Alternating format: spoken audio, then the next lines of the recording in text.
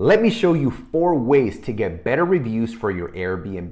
Hey everyone, my name is Jorge Contreras and I've been doing Airbnb for 5 years now and have built my business to 6 figures a month. And when it comes to running an Airbnb business, reviews are very important. I'm curious, when was the last time you left a review? Was it at a restaurant, at a retail store, or maybe at an Airbnb? Please let me know in the comments down below. We are living in the social proof economy. So when it comes to business, reviews are extremely important because they help us dictate what type of adjustments we should make in order to improve our Airbnb business. Let me first start off by breaking down the 6 categories in which a review is left for Airbnb at your properties. Here we go. So we have accuracy, cleanliness, check-in, communication, location, and value. When it comes to accuracy, this is based on how accurate was your listing.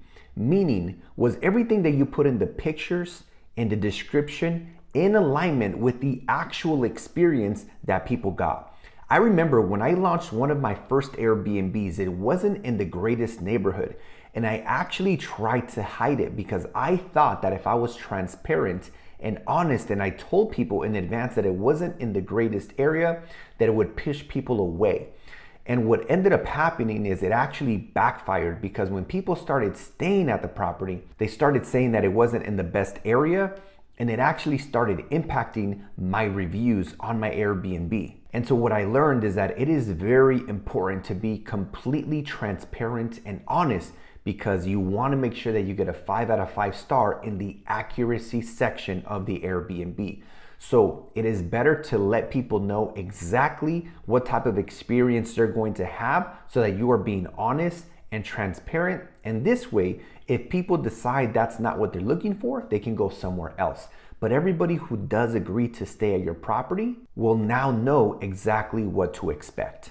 The next category is cleanliness. And this, if I had to pick one area that is the most important, it is this.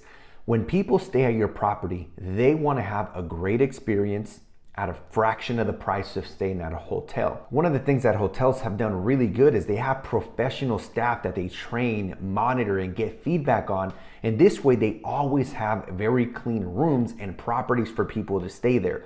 And so for your Airbnb, it is extremely important that you have a system in place, which we're going to talk about later, on how to hold your team accountable so that they are providing a 5-star experience when it comes to cleaning. The next one is check-in. What was the check-in experience? I remember another time, 5 years ago, I had 2 units on the same property and it wasn't very clear as to which unit was which, and therefore people had a difficult time checking in.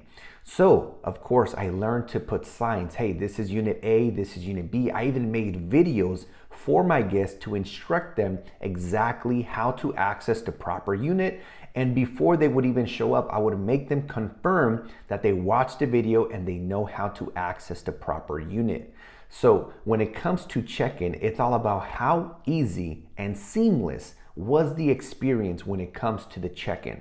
Did you have to wait for somebody to let you in? Did they have a keyless entry? How was that experience? So check-in is also very important. The next one is communication, and there's 3 phases. It's before they arrive, during their stay, and after they leave. How was the communication? Like, what if they left and maybe they forgot their wallet? What was that communication experience like? So one of the things that I instruct my virtual assistants who handle all the communications is make sure to respond within 3 minutes to any and all inquiries. The next thing is location. What was their experience when it comes to the location of the actual Airbnb? Was it in a good area? Was it near a theme park or a downtown, the beach? Like, how was the location? Did they feel safe?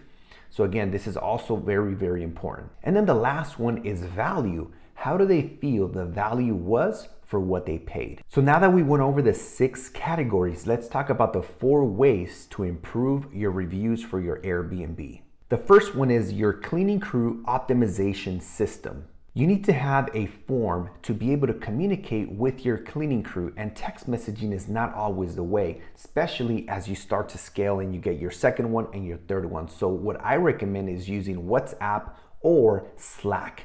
This way you can have yourself, your cleaning crew, your maintenance crew, and your virtual assistant who will eventually help you with communications, and you can all be inside of one channel so you can streamline the communications. Another thing that I recommend when it comes to accountability and the system with your cleaning crew is have them take pictures immediately after they complete each and every cleaning and then upload them to the Slack or WhatsApp.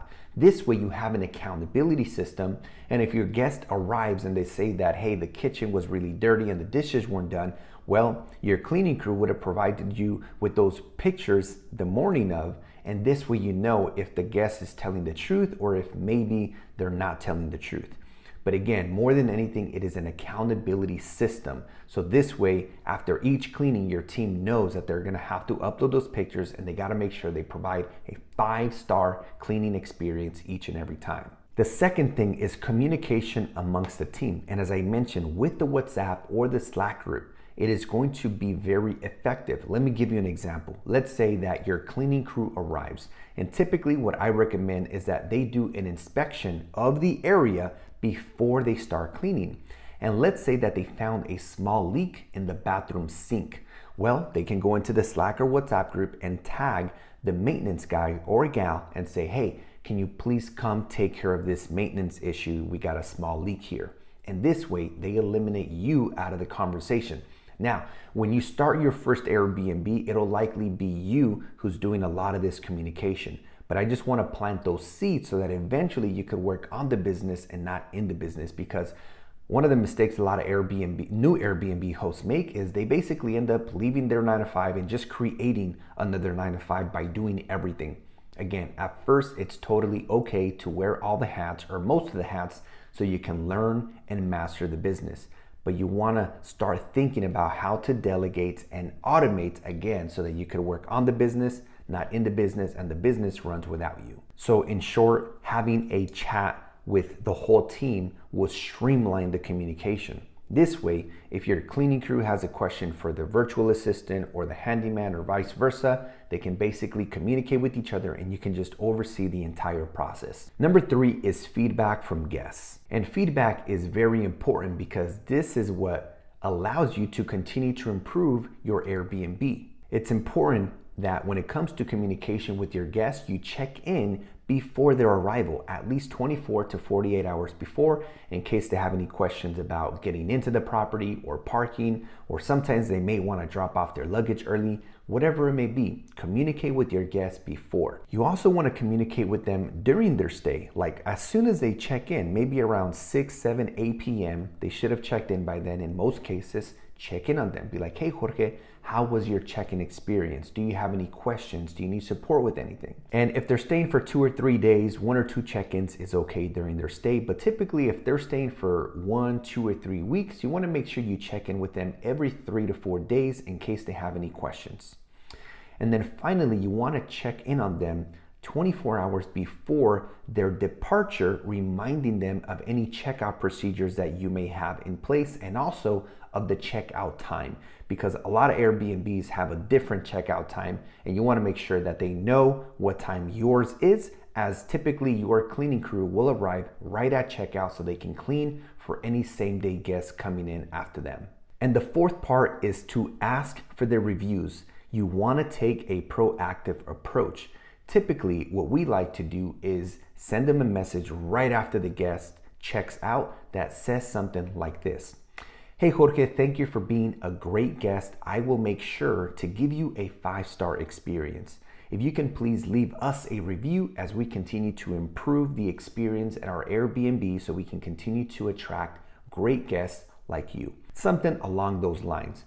I've also had students who have actually put really nice signs with 5 stars just hanging somewhere in the living area. So this way it reminds them about leaving a review as well.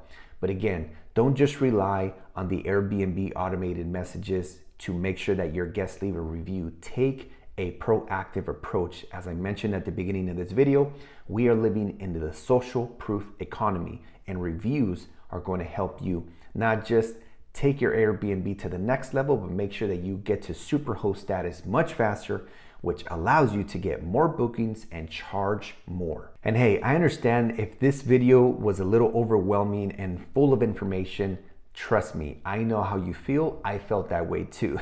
But I found that when you keep learning and surrounding yourself with people who already have the result and outcome that you desire, it's gonna help you accelerate your results. So I hope that you found this video, and to support you, I do have a free gift, an ebook down below in the description. Just click on it, download it, and it's gonna support you as a new Airbnb entrepreneur. And before you go, make sure you hit that subscribe button and the notification bell. And also YouTube will recommend one of my next videos for you to watch. So make sure you check it out, and I'll see you there.